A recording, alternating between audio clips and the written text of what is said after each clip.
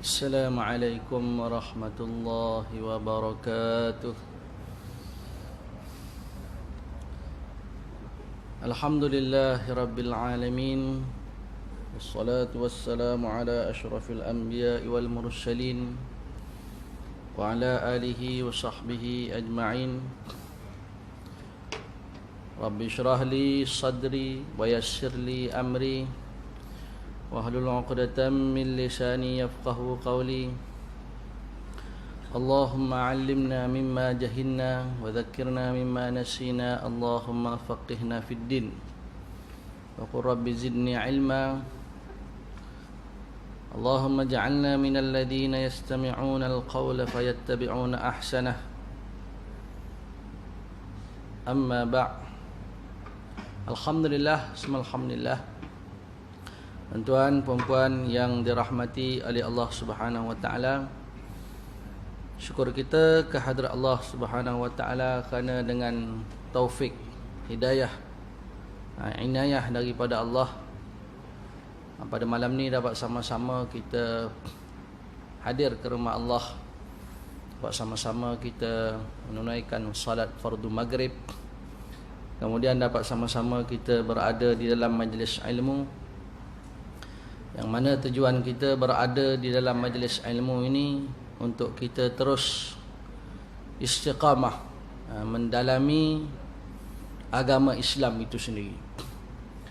Kerana kalau lama kita tidak mendengar majlis ilmu, kita akan lupa, ataupun kalau kita tidak hadir majlis ilmu, maka hati kita menjadi keras, kerana kita tidak mendengar kalamullah Azza wa Jalla, peringatan-peringatan daripada Allah, pesanan daripada baginda Rasulullah sallallahu alaihi wasallam. Jadi alhamdulillah, syukur kepada Allah, tuan-tuan yang dapat istiqamah hadir majlis-majlis ilmu.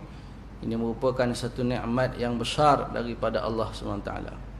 Bukan semua orang daripada maghrib, lepas maghrib sampai isyak dapat meluangkan masa, dapat peluang untuk duduk di dalam rumah Allah Subhanahu wa taala. Baik, kita terus sambung pengajian kitab kita, yang mana pada kuliah yang lepas kita dah masuk seruan yang ke-23 daripada kitab tafsiran ayat ya ayyuhalladzina amanu, iaitu seruan tentang siapakah yang wajib ditaati. Siapakah yang wajib kita taat dalam hidup kita ni.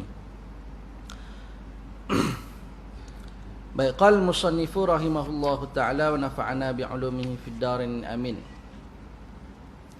Kata pengarang kitab, muka surat 352. Kuliah lepas kita baru masuk yang seruan yang pada muka surat pertama tu, kita ulang baliklah. Baik, kata pengarang kitab, saya berlindung kepada Allah Subhanahu wa taala daripada segala godaan syaitan yang terkutuk. A'udzu billahi minasyaitonir rajim.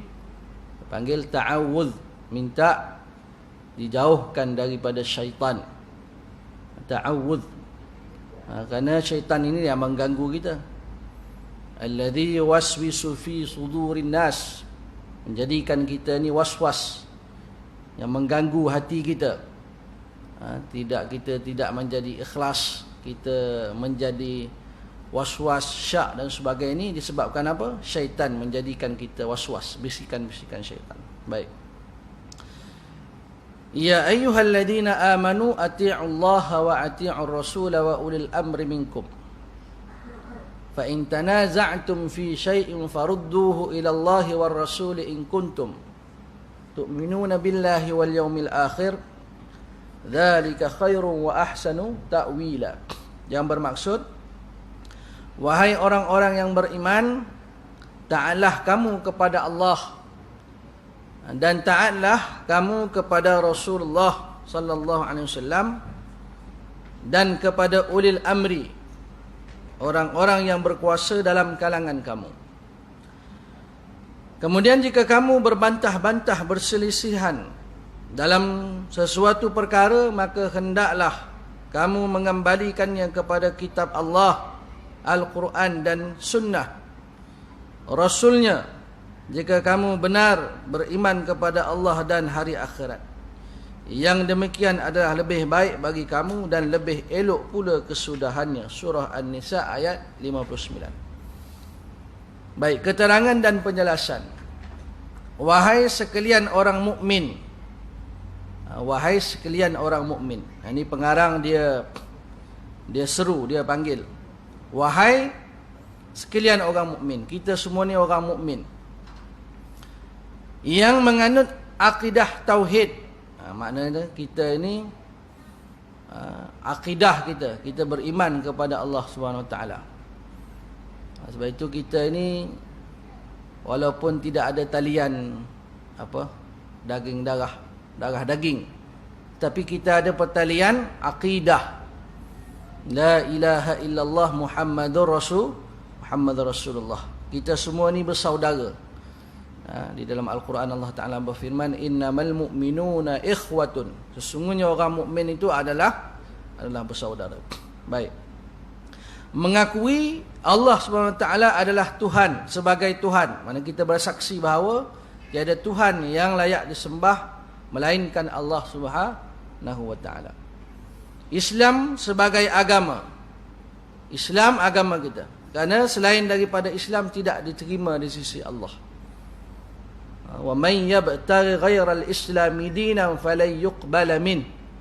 Siapa yang mencari selain daripada Islam tidak akan diterima. Innad dina indallahil Islam. Hanya agama Islam yang diterima di sisi Allah Subhanahu wa Ta'ala. Kemudian Muhammad, itu Nabi Muhammad sallallahu alaihi wasallam sebagai nabi dan rasul.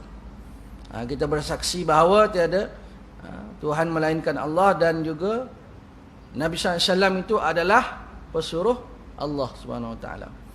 Dan Al-Quran sebagai syariat dan undang-undang. Apa lagu nasyid? Lagu nasyid ke apa yang kita baca jadi semangat tu? Al-Quranu apa dia? Lupalah pula tuan-tuan. Agama Islam. Al-Quran itu adalah kitabku, panduanku. Mati syahid adalah cita-citaku. Ini semangat. Semangat jihad lah. Maknanya jihad, mati di dalam berjihad itu cita-cita orang mukmin. Ya, itu antara lagu nasyid lah, ataupun zikir, bukan zikir lah, dia macam doa, ya. Qasidah. Semangat. Al-Quran itu panduan kami, kitab kami. Mati syahid itu adalah cita-cita kami. Islam itu adalah agama kami. Apa bahasa Arab dia tuan-tuan? Macam ingat, macam tak ingat. Sebab tak baca lah. Baik, tak apa tuan-tuan. Baik, sesungguhnya Tuhan sedang memerintahkanmu, oleh itu perhati dan bangkitlah. Maknanya tuan-tuan, Allah memerintahkan kita. Kita ni tuan-tuan sebagai hamba Allah tertakluk kepada perintah Allah Subhanahu Wa Taala. Mana kita wajib taat kepada Allah Subhanahu Wa Taala. Baik, apakah engkau mengetahui sebab dia menyeru kepadamu dalam surah An-Nisa? Jadi pengarang bertanya kepada kita lah. Maknanya kita tahu tak apa sebab Allah menyeru kita dalam surah An-Nisa ayat 59 ni?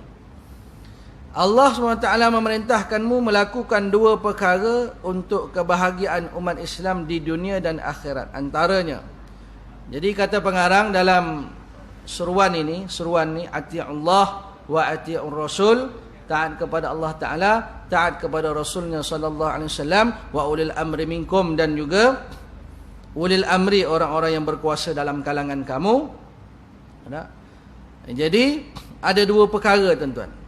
Allah Ta'ala perintahkan kita melakukan dua perkara. Yang pertama, taat kepada Allah Subhanahu Wa Ta'ala dan Rasulnya sallallahu alaihi wasallam, dan orang yang berkuasa dalam kalangan kamu, ulil amri.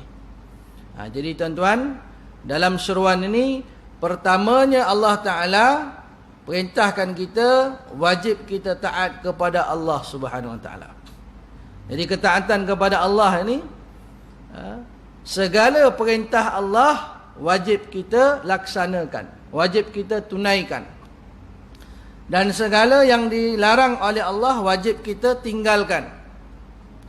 Kemudian apa yang diajar, ajaran ataupun syariat, sunnah baginda Rasulullah sallallahu alaihi wasallam juga kita kena amalkan, kita kena taat dalam hidup kita.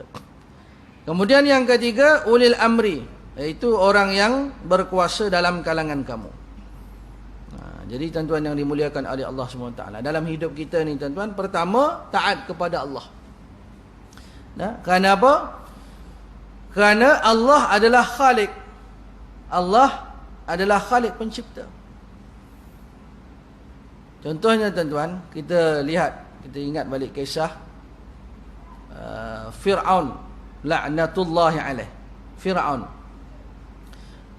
ni tuan-tuan, dia mengaku diri dia adalah Tuhan. Ana rabbukumul a'la. Sepatutnya dia ni wajib beriman kepada Allah.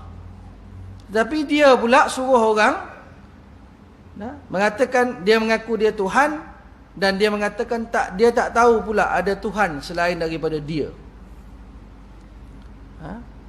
Yang mana tuan-tuan, Fir'aun ini mufsidin, orang yang melakukan kerosakan, melakukan dosa. Jadi ketaatan ini tak boleh kepada orang yang macam Fir'aun ini, sekalipun dia itu adalah ulil amri, raja. Tambah pula dia ni pula raja yang kufur, bukan raja yang beriman. Tambah lagi kita tak boleh nak taat. Jadi tuan-tuan yang dimuliakan oleh Allah SWT, pertama taat kepada Allah, yang kedua taat kepada Rasulnya sallallahu alaihi wasallam. Saya kira taat kepada Allah, taat kepada Nabi sallam ini jelas. Cuma yang taat kepada ulil amri ni kita lihat sikit tuan-tuan. Baik, kata pengarang, ulil amri ini dia berasal daripada kaum mukminin, baik dalam kalangan amir, ulama, orang tua dan pendidik yang saleh. Jadi tu nak jadi ketua ni, pertama dia adalah orang mukmin. Orang mukmin. Di dalam Al-Quran Allah Ta'ala larang kita jadikan orang Yahudi ataupun orang kafir itu teman karib.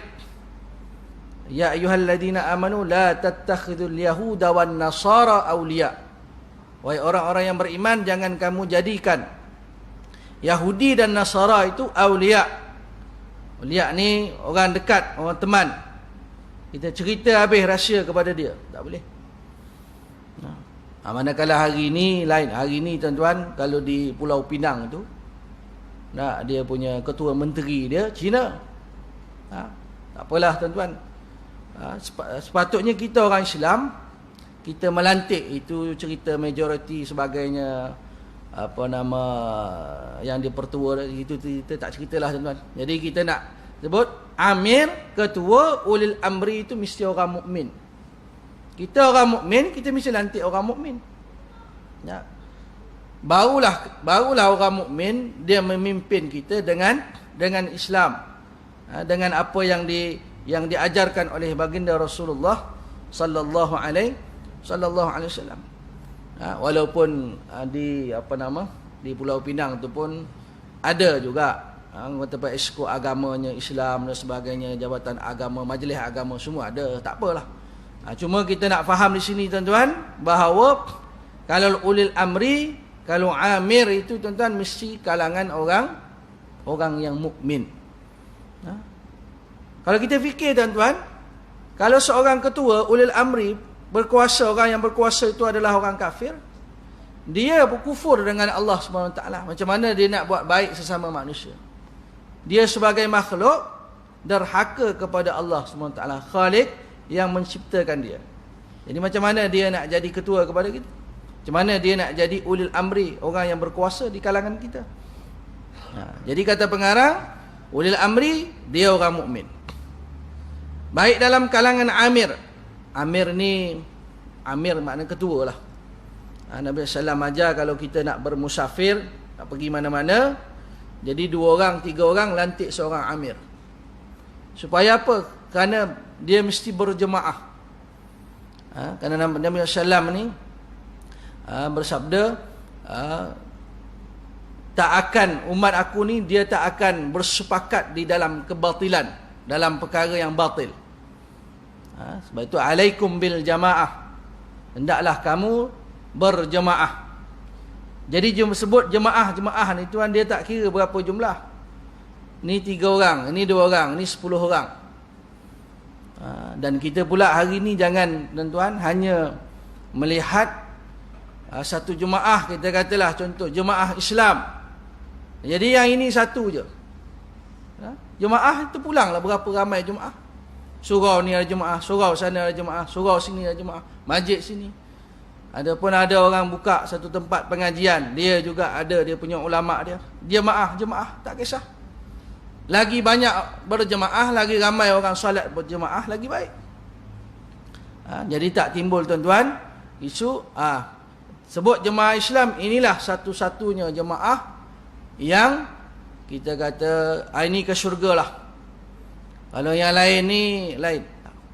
Maknanya tuan-tuan, kita akidah, kita ahli sunnah wal jamaah, berapa ramai jemaah yang ada pun silakan. Lagi ramai jemaah lagi bagus. Baik. Dan sebut juga tuan-tuan orang tua. Orang tua ni makna orang yang berumur lah. Biasa kita ni kalau yang nak memimpin, yang lebih berumur lah. Jangan bagi yang muda. Yang muda darah dia panas, dia cepat marah, dia terburu-buru dan sebagainya. Bagi orang lama-lama, orang yang ada pengalaman. Dan pendidik yang saleh, seorang murabbi. Penting tuan-tuan. Ketua ni tuan-tuan, ataupun pemimpin ini, dia bukan sahaja dia berkuasa sahaja, tetapi dia juga kena ada ilmu. Ilmu kena ada. Ilmu nak mendidiknya. Dia seorang murabbinya. Dia dapat menarik orang dia. Dia orangnya tak kasar, orang tak lari daripada dia. Orang semakin dekat pada dia. Orang dengar dakwah dia, nasihat dia, orang jatuh hati. Itu penting. Maknanya pendidik yang soleh. Baik, tetapi ketaatan kepada ulil amri tidak bersifat mutlak. Kalau tuan-tuan tengok ayat An-Nisa, surah An-Nisa ayat 59 ni, ati'ullah disebut ati'ullah, taat kepada Allah. Taat kepada Allah, terus sebut taat kepada Allah. Kemudian ati'ullah wa ati'ar rasul, taat pada rasul. Sampai kepada ulil amri, ati'u tu tak ada. Taat kepada ulil amri tak ada. Apa sebab? Sebab dia ada tetapinya. Tetapi kalau ulil amri itu adalah seorang yang apa yang dia suruh adalah maksiat, bersanggah dengan syariat. Sebab itu kalau kita teliti, kita tengok betul tu, ati'ullah wa ati'ur rasul, tak ada wa ati'ul amri, tak ada. Dia terus ati'ullah wa ati'ur rasul wa ulil amri. Tak ada ati'u, taat kepada ulil amri, tak ada. Apa sebab? Kerana dia ada tetapi. Baik. Tetapi ketaatan kepada ulil amri tidak bersifat mutlak. Bukan maknanya kalau taat kepada ulil amri, taat. Dia suruh apa pun semua buat. Tak boleh. Tengok dulu apa yang dia suruh. Tengok dulu apa yang dia suruh. Kalau apa yang dia perintahkan itu merupakan larangan Allah, tak wajib ditaati. Hatta seorang isteri, suami dia kata, awak ni pakai jubah je, tak cantik lah, besar-besar. Pakailah, saya tengok yang jubah, ada jubah yang ketat-ketat, baju kebaya, baru nampak lawa sikit. Jadi isteri tak boleh taat. Jangan isteri kata, oh suami saya suruh sebab itu saya pakai, saya dapat pahala. Dah dua-dua jahil pula, tak tahu. Jadi tuan-tuan, Kata seorang isteri, dia tak boleh taat kepada suami dia kalau suami dia suruh melakukan perkara yang Allah Ta'ala larang, Allah Ta'ala haramkan. Jadi dia tidak bersifat mutlak taat kepada ulil amri. Ia dibataskan dengan syarat keimanan. Dia syarat dia iman dan menerapkan syariat Islam. Oleh itu perkataan ati'u, mentaati di dalam ayat di atas tidak diulang dalam seruan ini. Makna ati'allah wa ati'ur rasul, dah tak ada ati'u untuk ulil amri, untuk orang yang berkuasa di kalangan kita.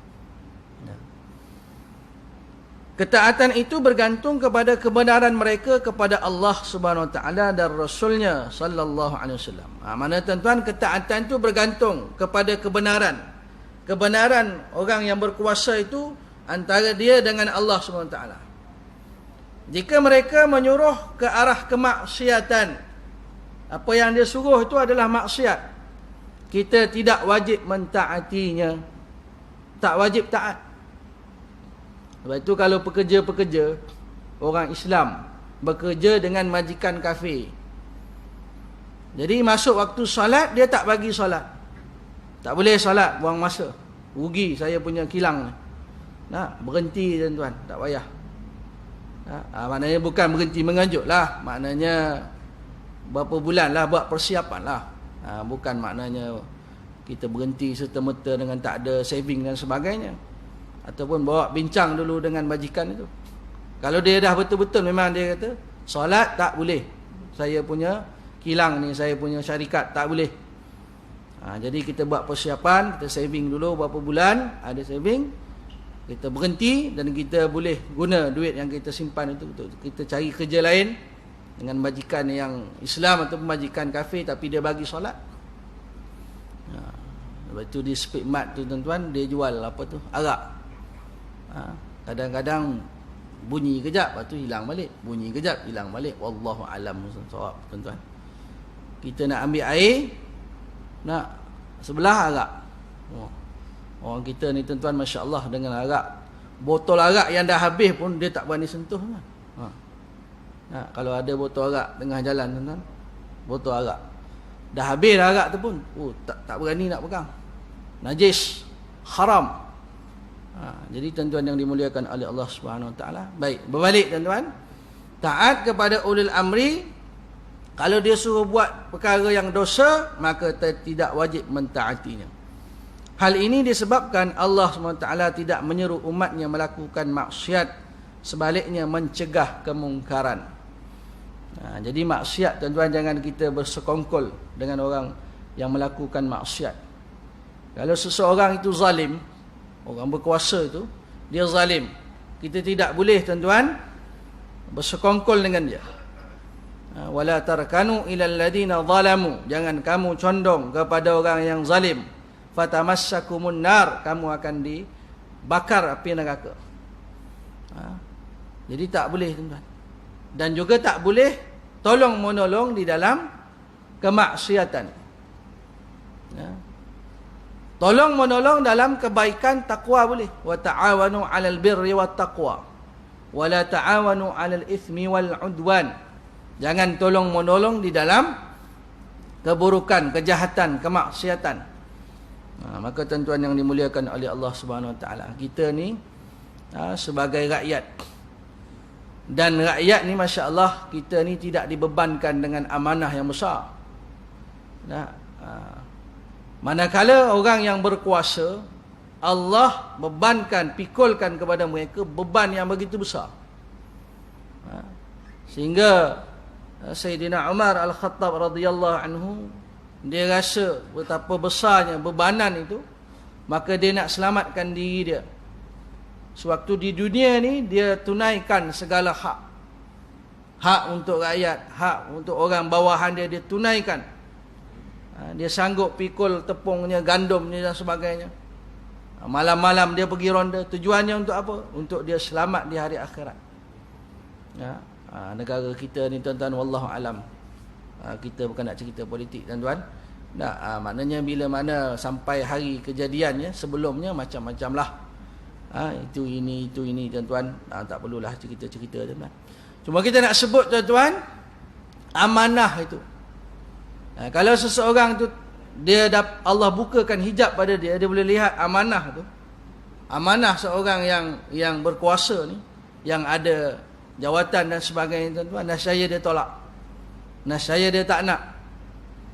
Tetapi disebabkan hari ni, tuan-tuan, habuannya, gajinya, allowance-nya yang begitu besar, menjadikan manusia itu mabuk, tenggelam dalam duit itu, dalam kekayaan, kemewahan. Bukan salah jawatan itu, tuan-tuan, tetapi tuan-tuan, amanah itu kena kita fikirkan. Sanggup ke kita menghadap Allah SWT di hari akhirat kelak? Kalau kita tak dapat tunaikan, laksanakan tanggungjawab kita, amanah yang Allah Ta'ala pikulkan ke atas bahu orang yang berkuasa. Baik. Yang kedua, memerintahkan mereka untuk mengembalikan orang yang berselisih faham dan berpandukan Al-Quran dan sunnah Rasulnya sallallahu alaihi wasallam, Nabi Muhammad sallallahu alaihi wasallam. Allah SWT berfirman, "Wa makhtalaftum fihi min syai'in fa hukmuhu ila Allah. Dzalikumullahu rabbi alaihi tawakkaltu wa ilaihi unib." Baik, yang pertama, Allah perintahkan taat kepada Allah, taat kepada Rasul, taat kepada ulil amri. Yang kedua, Allah perintahkan sesiapa yang berselisih faham. Wa makhtalaftum ni dia tak sependapat lah, berselisih. Jadi bila mana berselisih, dia kena apa? Dia kena kembali kepada Allah. Seperti mana ayat 59 surah An-Nisa ni. Fa in tanaza'tum fi syai'in farudduhu ila Allah. Jika kamu berbantah-bantah, berselisih dalam sesuatu perkara, maka hendaklah kamu mengembalikannya kepada kitab Allah dan As-Sunnah. Dulu zaman Nabi SAW, ketika Nabi SAW masih lagi hidup, jadi para sahabat ni senang.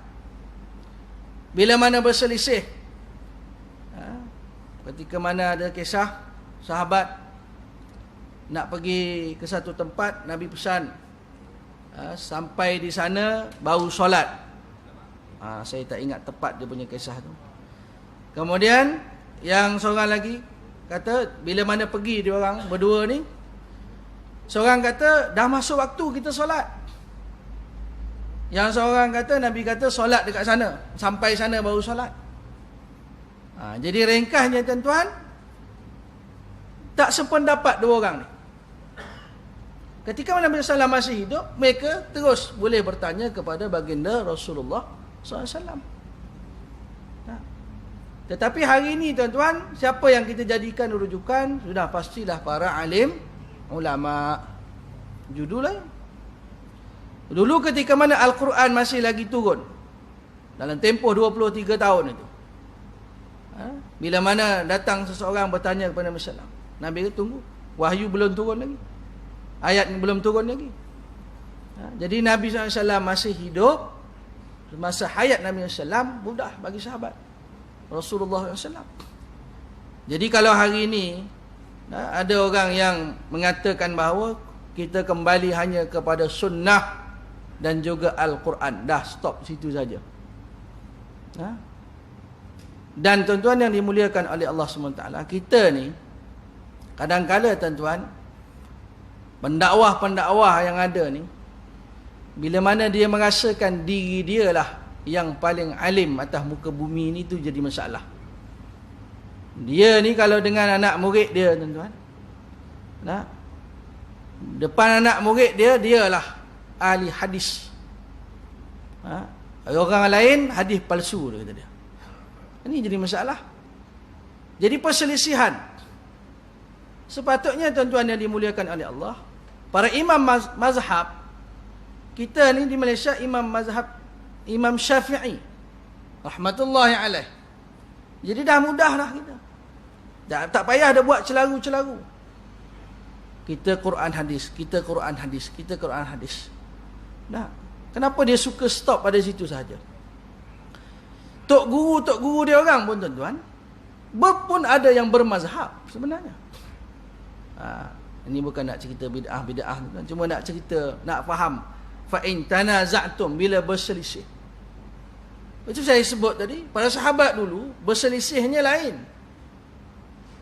Berselisih hari ini lain. Dia sibuk bid'ah, dia sibuk itu, dia sibuk ini. Banyak perkara lagi maknanya yang boleh memberi manfaat kepada umat Islam. Banyak lagi perkara. Bukan kita sibuk benda-benda yang dah selesai lama dah. Jadi wa makhtalaftum fihi min syai'in fa hukmuhu ila Allah. Dan apa jua yang kamu berselisih padanya, maka hukum pemutusnya terserah kepada Allah. Dulu para sahabat yang tidak pergi berperang, Nabi ajak perang, dia tak nak pergi berperang. Maka bila mana dia nak bertaubat, dia mengaku kesalahan dia, Nabi SAW tunggu Allah mengampunkan mereka. Kalau tak diampun, kena pulau dulu. Dulu. Maknanya tuan-tuan, dulu memang betul Al-Quran, tunggu firman Allah Ta'ala, Nabi SAW dapat wahyu, ataupun Nabi SAW sendiri yang maknanya beri fatwa, memberikan hukum, memutuskan. Itu lain. Itu kena faham perbezaan. Dulu sahabat berselisih macam mana, sekarang berselisihnya macam mana. Sebab itu tuan-tuan, pendakwa-pendakwa, ustaz-ustaz yang mengajar, dia punya majlis-majlis ilmu, jangan buat celaru, jangan memecah belah. Kerana apa tuan-tuan yang dimuliakan oleh Allah Subhanahu wa taala? Para imam mazhab ni dah tinggal elok dah kepada kita. Kita follow je elok-elok. Follow Quran, hadis, ijma' ulama, qiyas. Kita follow. Tak payah nak celaru, tak payah nak pening dah. Baik. Dzalikumullahu rabbi alaihi tawakkaltu wa ilaihi unib. Demikian itulah Allah Tuhanku, kepadanya lah aku berserah diri dan kepadanya lah aku rujuk kembali. Surah Syura ayat 10. Baik, begitulah perkara yang dijelaskan dalam Al-Quran dan Sunnah. Ia disaksikan benar dan ketepatannya. Hukumnya merupakan satu kebenaran. Apalagi yang ada selepas kebenaran melainkan kesesatan. Allah SWT berfirman, ini sama juga tuan-tuan, ayat An-Nisa ayat 59. Kita terus kepada yang tengah tuan-tuan. Baik, ayat yang di atas menjelaskan bahawa syarat keimanan adalah mengembalikan permusuhan dan berpandukan Al-Quran dan Sunnah Rasulnya SAW. Yang saya faham lah tuan-tuan, nak bagi mudah faham, kembali kepada Quran dan Sunnah ni adalah bila mana kita melihat orang yang jauh dengan perintah Allah. Ramai mana orang jahil hari ni yang pakaiannya seperti tidak berpakaian, yang tidak solatnya, yang meniaganya dengan cara yang apa saja dia buat, janji dia buat konten, buat TikTok, buat apa, janji jualan dia naik. Jadi kembali kepada Quran hadis maknanya bawa mereka ni kepada perintah-perintah Allah, kepada sunnah-sunnah Nabi SAW. Sebab itu biasa Ustaz Azhar Idrus dia jelaskan tuan-tuan, kita ni nak mengajar orang awam hanya nak cerita wajib tak wajib apa? Wajib, haram. Wajib, haram, halal, haram, wajib, sunat, makruh. Jadi yang kita pergi bawa macam-macam berdalil-dalilnya buat apa?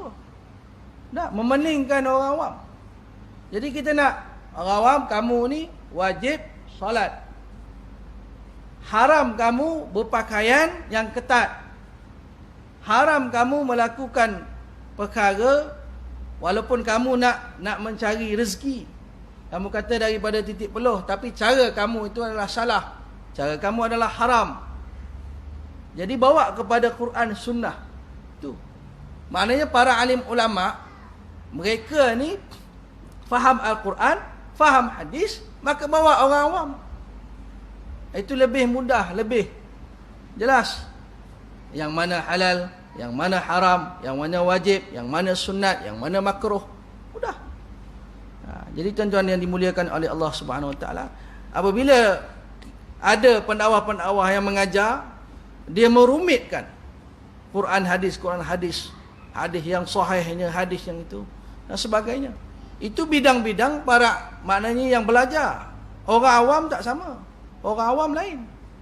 Nah, orang awam kita hanya memahamkan dia dengan sejelas, cepat, maknanya ringkas mungkin. Kita jelas kepada dia.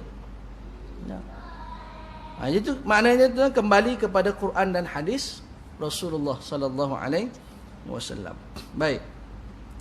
Antara perintah yang terkandung dalam seruan ini ialah perintah pertama, taatlah kamu kepada Allah dan taatlah kamu kepada Rasulullah SAW dan kepada ulil amri, orang-orang yang berkuasa dalam kalangan kamu. Baik, ketaatan kepada Allah SWT dilaksanakan melalui pengamalan kitabnya. Makna tuan-tuan, taat kepada Allah, dia melalui apa? Kita laksanakan itu, pengamalan dia itu melalui kitabnya, iaitu Al-Quran, kalamullah azza wa jalla. Jadi istinbat, dikeluarkan hukum-hukum itu daripada Al-Quran, maka kita amalkan. Menunaikan segala perintahnya, apa yang Allah Ta'ala perintahkan kita tunaikan, dan meninggalkan larangannya, apa saja yang Allah Ta'ala larang kita tinggalkan. Jadi kita laksanakan amalan itu, kita laksanakan, kita tinggalkan gitu daripada mana? Daripada kitabnya, iaitu daripada Al-Quranul Karim. Dengan kata lain, seseorang yang taat kepada Allah perlu mengikut Al-Quran sebagai panduan dan tidak melanggar aturannya. Makna tuan-tuan yang dimuliakan oleh Allah, taat kepada Allah mengikut apa yang diperintahkan oleh Allah SWT melalui lisan baginda Rasulullah sallallahu alaihi wasallam. Jadi kita kira tentang para alim ulama hari ini banyak dah mengajarkan kepada kita cara ibadah, cara solat, cara puasa, cara itu banyak dah tuan-tuan. Kalau kita direct nak faham daripada Al-Quran, kita tak boleh nak faham, kerana kita tidak ada ilmu. Kita tak ada ilmu asas, ilmu-ilmu yang diperlukan untuk memahami terus kepada Al-Quran. Sementara itu,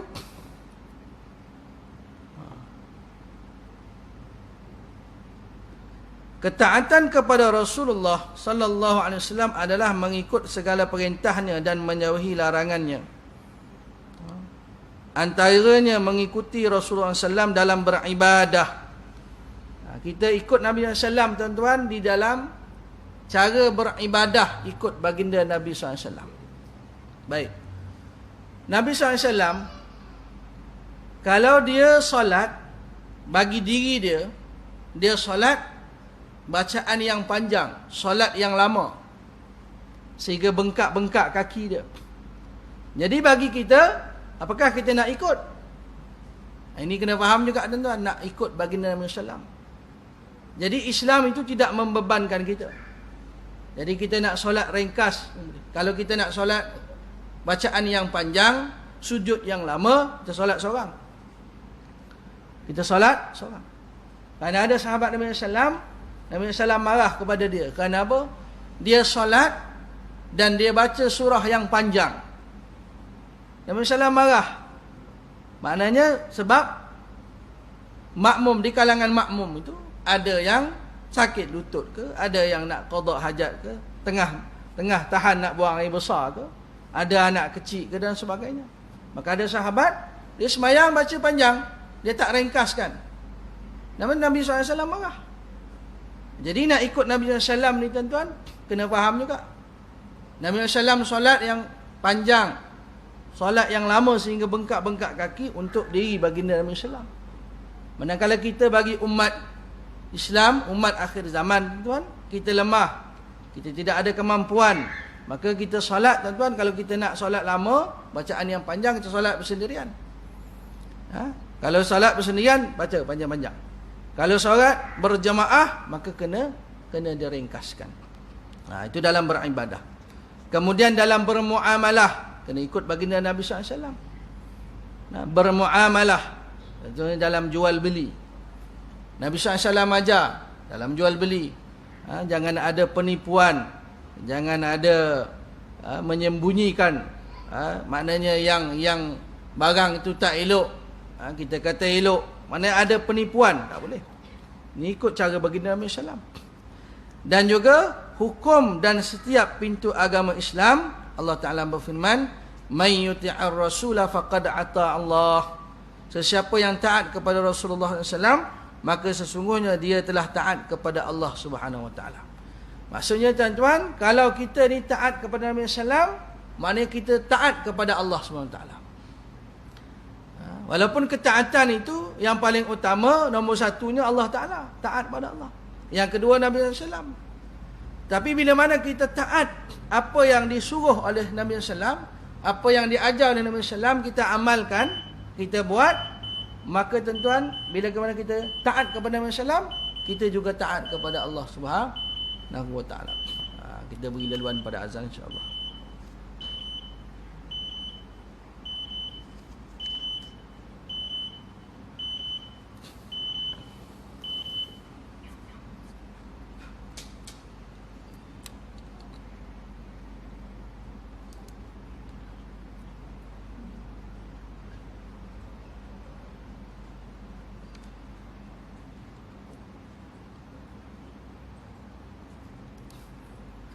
Allahu Akbar,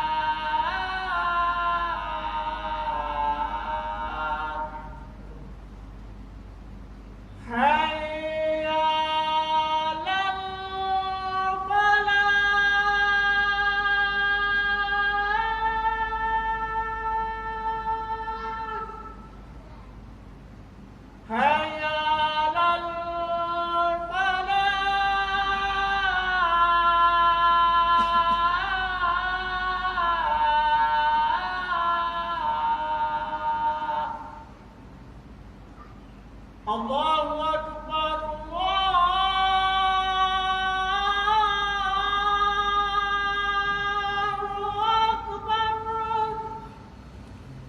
La ilaha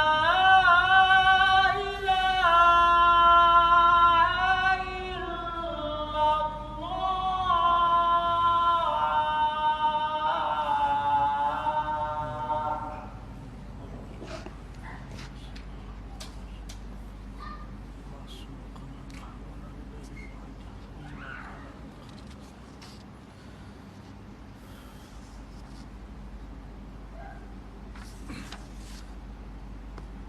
Bismillahirrahmanirrahim. Allahumma salli ala sayyidina Muhammad. Akhir tuan-tuan, Allah Ta'ala berfirman, "Man yuti'ir rasula faqad ata'a Allah wa man tawalla fama arsalnaka 'alaihim hafidha."